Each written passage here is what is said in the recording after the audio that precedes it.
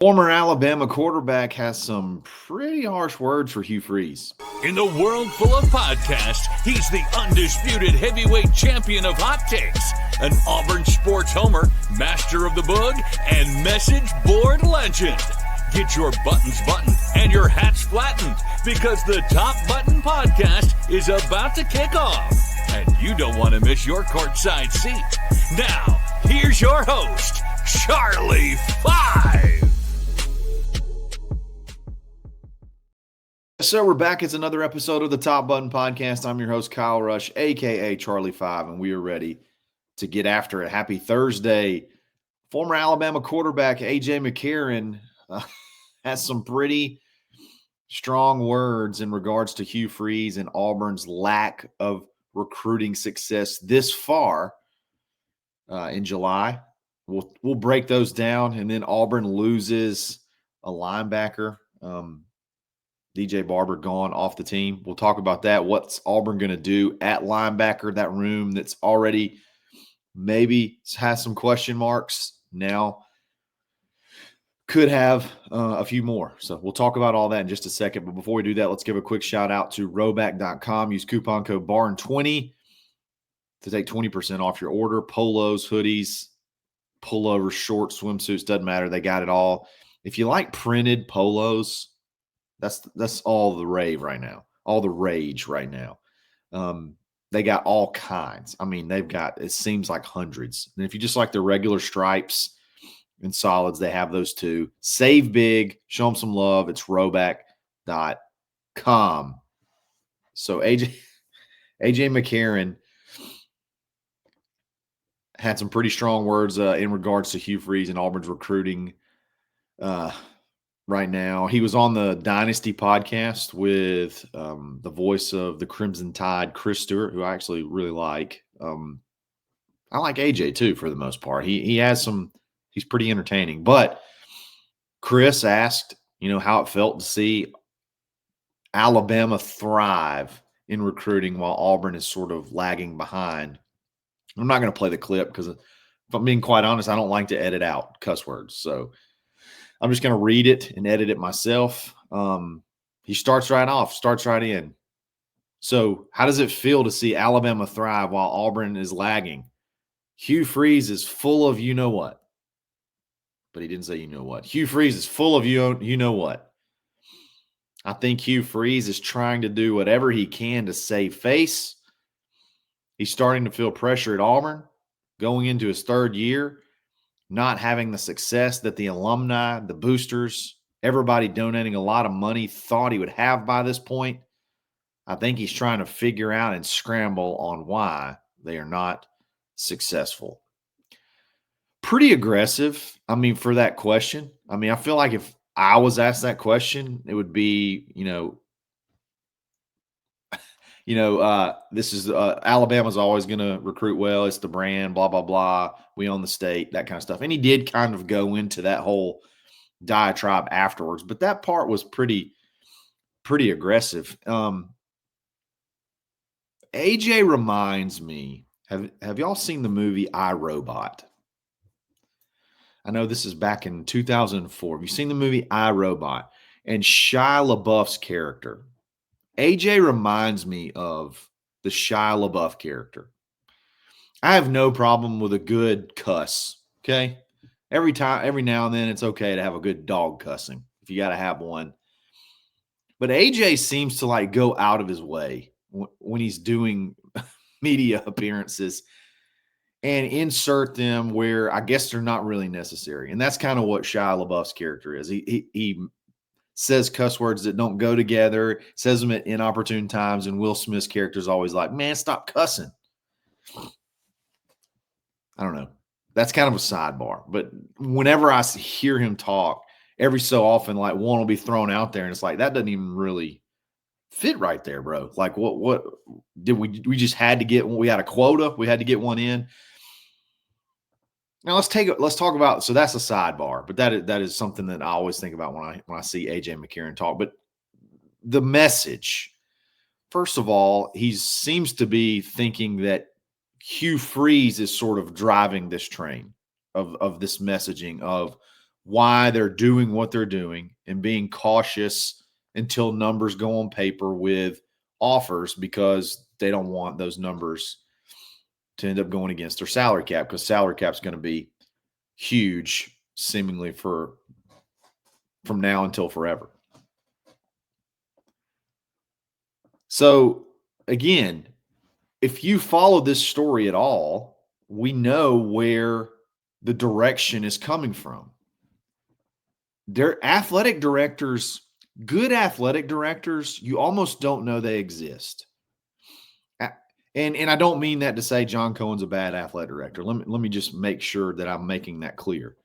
But for the most part, they don't really insert themselves into anything. They don't insert themselves into the management of the program. They kind of just sit back. They are help when needed. They are, when you have recruiting, they can help there at times with appearances and things like that, fundraising. But for the most part, when you think about an athletic director, a lot of times the better ones, you don't know that they exist. Okay. So for John Cohen to really insert himself into this, he's sending the message that this is my call. And I think anybody that has anything to do with Auburn, anybody that has anything to do with what's going on in athletics knows that John Cohen is driving this ship. Okay. John Cohen is the captain of why they're doing things the way they're doing. And we've talked about some of the reasons why. I think we're going to talk about it even a little bit more in depth tomorrow. But anybody that's paid 5 minutes of attention can see that. I think, honestly, if you could hook Hugh up to a lie detector test,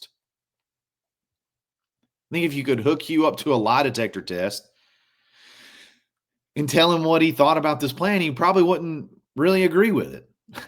Or he probably would like to try something different. Or he probably would like to be a little bit more aggressive. That's kind of been his MO. His whole career is being aggressive.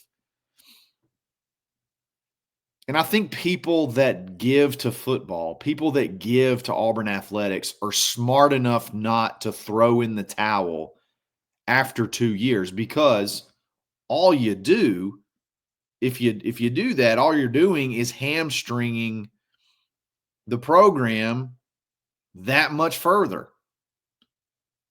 especially nowadays. So the idea that, again, I don't think there's a money issue. I think there is a strategy issue.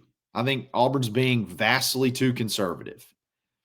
And maybe there's some justification as to why. Again, we're going to go into that way more in depth tomorrow.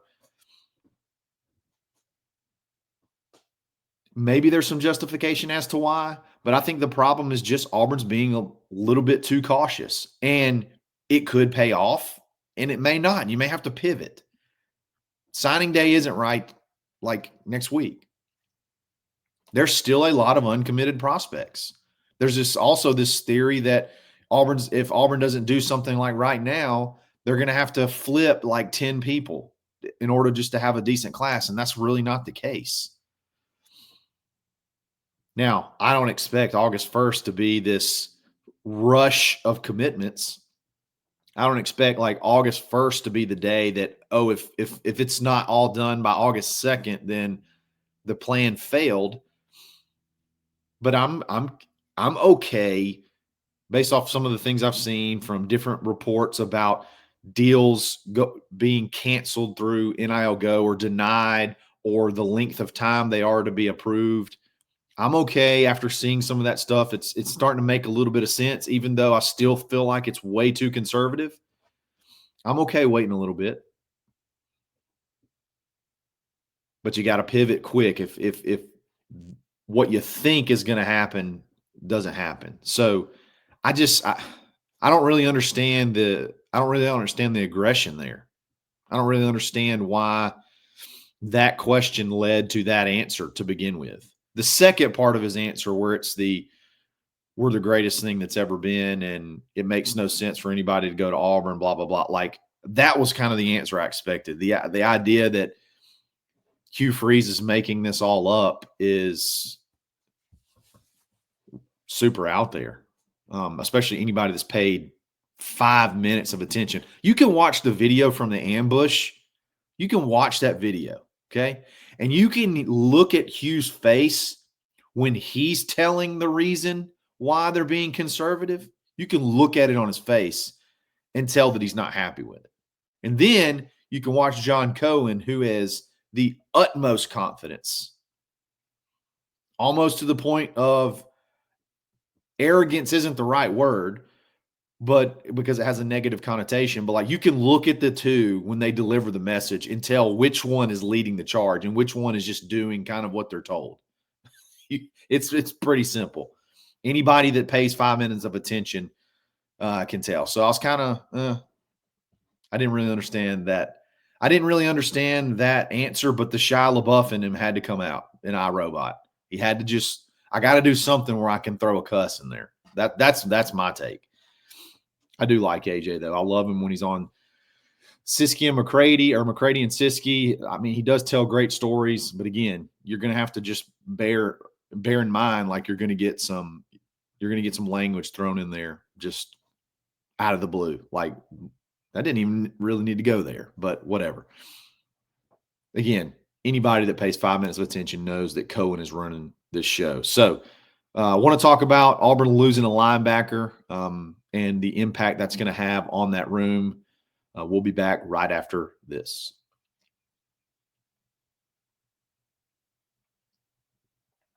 DJ Barber,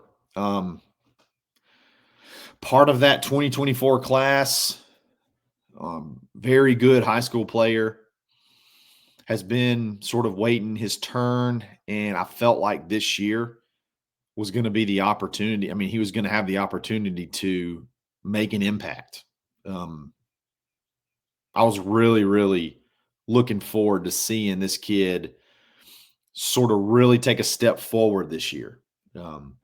He's gone off the team.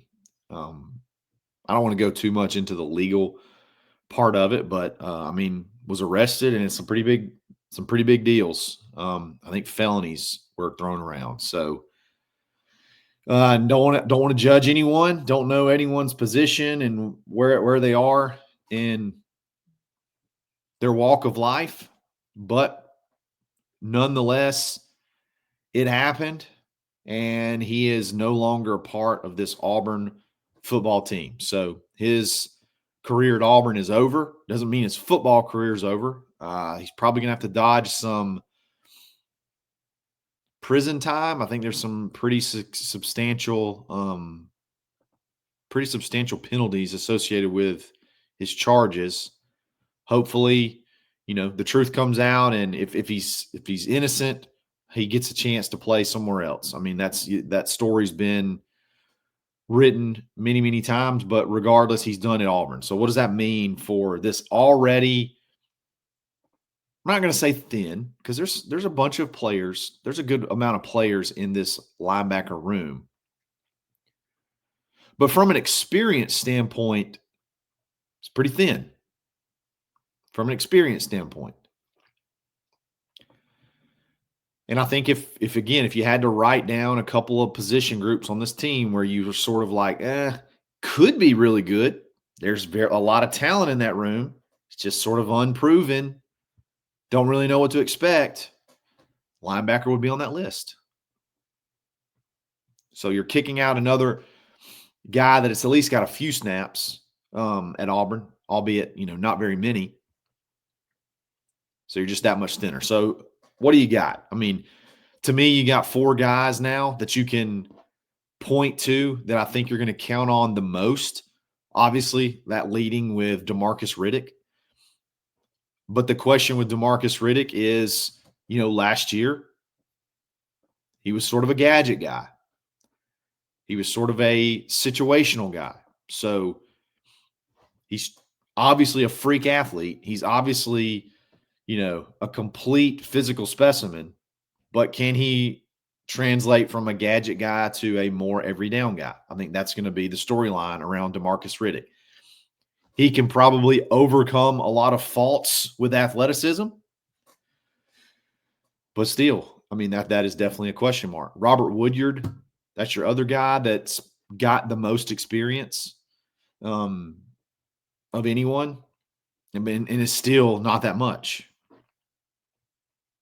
This is he's been here a long time. I mean, remember, he signed with, pretty sure he signed with Harsin. So he's been here a minute. Is this his breakout year? I think every year has been, this is going to be Robert Woodyard's breakout year. He looked really good at times last year.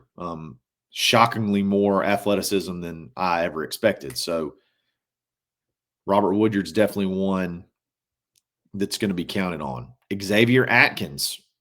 Remember, we got him out of the transfer portal from LSU, played very little at LSU last year, but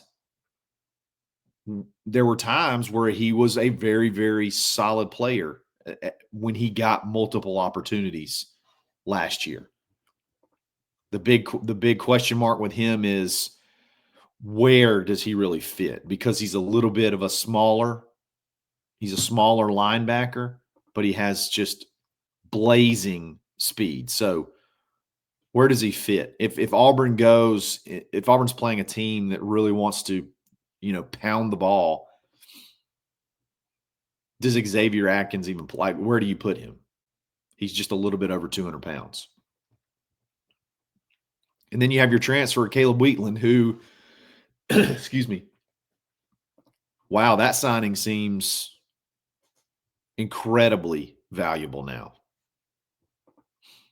I know some people were like, we got to get a linebacker. Okay, I kind of like this guy. I can talk myself into this guy. He's got a lot of experience. Boy, incredibly valuable. Probably, I mean, I wouldn't be shocked if he's one of your starting linebackers. I mean, probably your starting linebacker next year. Your starting middle linebacker. Played just a pile of snaps. Tons of experience. But, I mean, those four guys are basically anybody that's played football at this level that you have. And then you have a few very talented freshmen. JJ Falk. Saw him in the Sweet Frog ice cream shop the other day. He's a daggum mountain. I mean, he's 6'3", 240. He's still listed as a linebacker. I've been thinking eventually he'd move to edge, but maybe that's going to be his spot. I mean, he's really athletic, and he's a monster. He looks good right off the hoof. Bryce Diaz, everybody really likes the way he looked in spring. And then Elijah Melendez, who's just an animal. Of those three, it's just going to be – I'm going to be shocked if Elijah Melendez does not end up becoming a factor right away. He's just a beast. And DJ Durkin loves that kid. And I understand why, because he's going to put his face mask inside your face mask and not even think twice about it. So anytime you lose somebody, it hurts. They have talent in that room. That room is talented. But there's just really just not much experience at all. And even DJ didn't have a ton of experience. But, again, he's had some snaps in the SEC. He's had some snaps in collegiate football. Those are valuable. So Auburn's definitely going to have some things to work out when fall camp gets here. But, yeah, Auburn's down a linebacker already. So nothing you can really do about it. I mean, these things kind of happen and you hate it. You wonder why, hey, man, you got NIL now. What are you doing? But, again, you don't know. You don't know 100% the whole story. So maybe there's more to it. And it's maybe hopefully not quite as serious as it's being portrayed to be. So we'll see how Auburn adjusts. Let me know what you think about the linebacker room. Let me know what you think about AJ's comments and my comparison to the Shia LaBeouf character in iRobot. I'm sure everybody's going to go back and watch it. Now, you got to go back and watch it, and then let me know what you think. Guys, I really appreciate it. Got a good Friendship Friday scheduled for tomorrow. It's going to be a lot of NIL talk. I think we've got some had some clarification over the last few days that make things make more sense, but still don't excuse where Auburn stands currently, but may make things make just a little bit more sense. I know things have been confusing. Is it this? Is it that? Is it this decision? Is it that decision? I think we've got some clarity, and we'll talk about that tomorrow. So, guys, thanks for listening. We'll be back again soon. It's another episode of the Top Button Podcast. Stay buttoned. Thanks for listening, and drive home safely.